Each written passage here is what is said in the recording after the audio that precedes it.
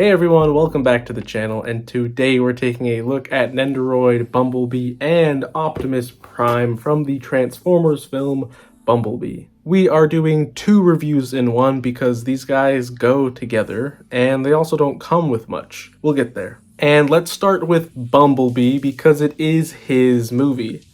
Well, it's more like her movie, but I don't have a problem with that. And starting with the box, and I actually quite like these warmer colors. Yes, it's still the standard Nendoroid box, but it's way more pleasing to my eyes. Also, it should be noted that these Nendoroids were manufactured by Sentinel, another toy company that makes pretty good products. That opinion is just based off their Miles Morales figure, which was pretty high up there for me as being one of the best figures of 2021. Anyway, before we get to the actual figure, if you are a true detective, you could probably tell these don't transform. And I mean, how could they? I used to believe that every Transformers figure needed to transform. That's what made them a Transformer, obviously. But recently, especially with the 3.0 MDLX and DLX line, I've sort of been thinking that I don't have the time to transform figures anymore, and they usually stay in robot mode, so maybe the transformation gimmick isn't as important as it used to be. Pretty much, I think I've grown past that. I don't know if that makes me big brain or monkey brain, but it makes me happy, and that's all that matters. DLX figures, I think I'm gonna get a few. More than a few. And you probably wouldn't or shouldn't be buying these Nendoroids if you want a figure that can transform, because if these could transform, I have no idea what they would look like, but accurate is probably not a word I would use to describe it. These are cute, they got big bobbleheads, you know how it is. However, are these guys even that cute?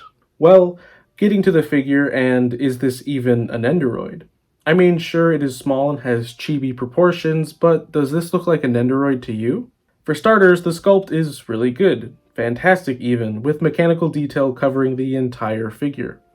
The paint, however, is a bit lacking. The yellow armor pieces for the most part are pure plastic, but the metallic silver makes up for that a little bit. The only issue I really have with the figure is that this beat-up rust bucket Volkswagen Bug looks pristine, when in the film, B quite literally gets the shit beat out of him. Is that right?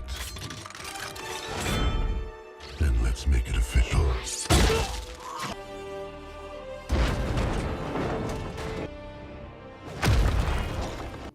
And the Nendoroid does not reflect that at all. Would have loved some attention to detail for the paint apps, such as rust or dirt shading. Getting to the face, and I'm unsure. And to be honest, I'm still unsure as of filming this. This is both adorable and terrifying, but with all the FNAF stuff I've been watching recently, I'm pretty terrified.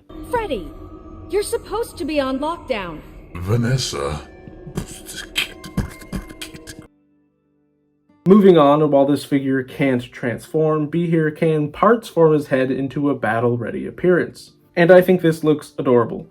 I think covering those baby blue eyes looks really cute. The battle mask is a cool touch, and I want to make sure you know I like it. Getting to his other accessories, and B comes with another pair of hands as well as some weapon parts. Starting with the hands, and he has a pair of fists and a pair of open hands. His weapons aren't exactly hands, as they are forearm replacements.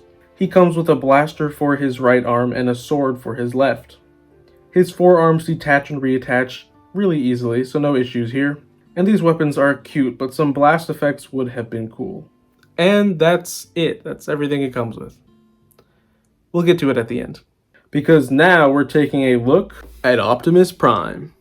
And again, I love this box. It's a nice yellow, off-white yellow. It's great.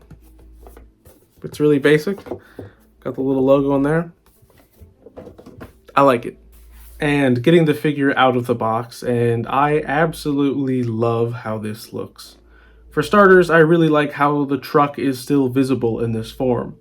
Unlike B, this is basically the G1 design with modern colors and design elements, such as the mechanical detailing around his stomach and on his mask. Similar to B, the sculpt is wonderful and looks great from all angles, but the paint is still lacking.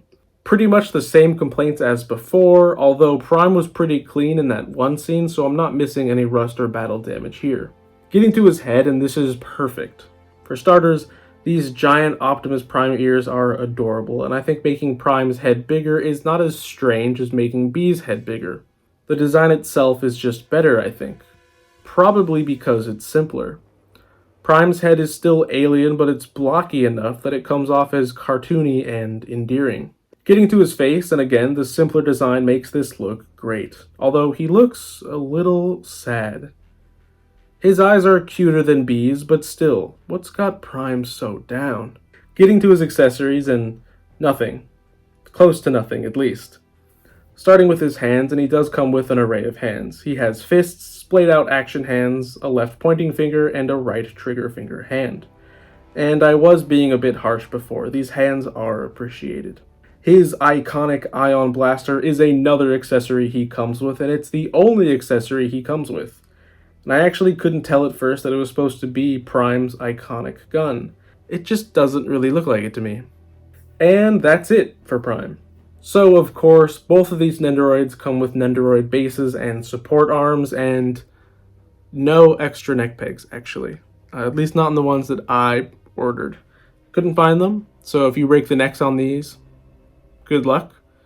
Don't know what you're going to do. And the final thing we need to talk about is articulation.